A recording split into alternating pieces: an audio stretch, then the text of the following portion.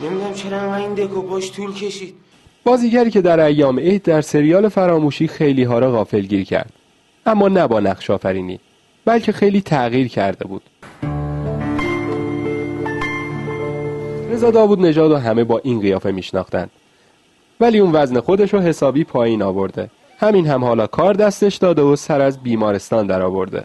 6 ماه آخر سال فشار کاری روم خیلی زیاد بود و سر فیلم کلاس هنرپیشگی و فراموشی یه خورده حجم کاری بین تهران و شمال زیاد بود که البته یه بار سر وسط سریال فراموشی این اتفاق افتادش که یه خورده انرژی کم آوردم، اونم به خاطر رژیم سنگینی بود که گرفته بودم. بازیگری سخت‌تره یا رژیم گرفتن؟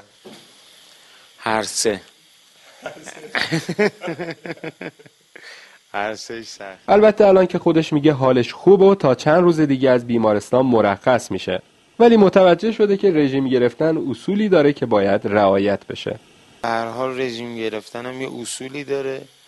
توی این 5-6 ماه آخر من اصولش خیلی رعایت نکردم و یه خورده ذوق زده لاغری بودم و یه خورده تخت گاز رفتم. اما دوباره همون مشکل قدیمی هنرمندان بدون بیمه.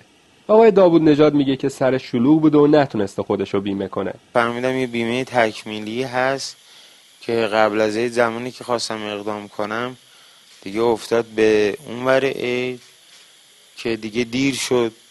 تا 11 فروردین سر کار بودم، از 11 به بعدم که درگیر بیمارستانم. حالا ایشالله بعدش ببینیم همکاری کنن که بیمه بشیم.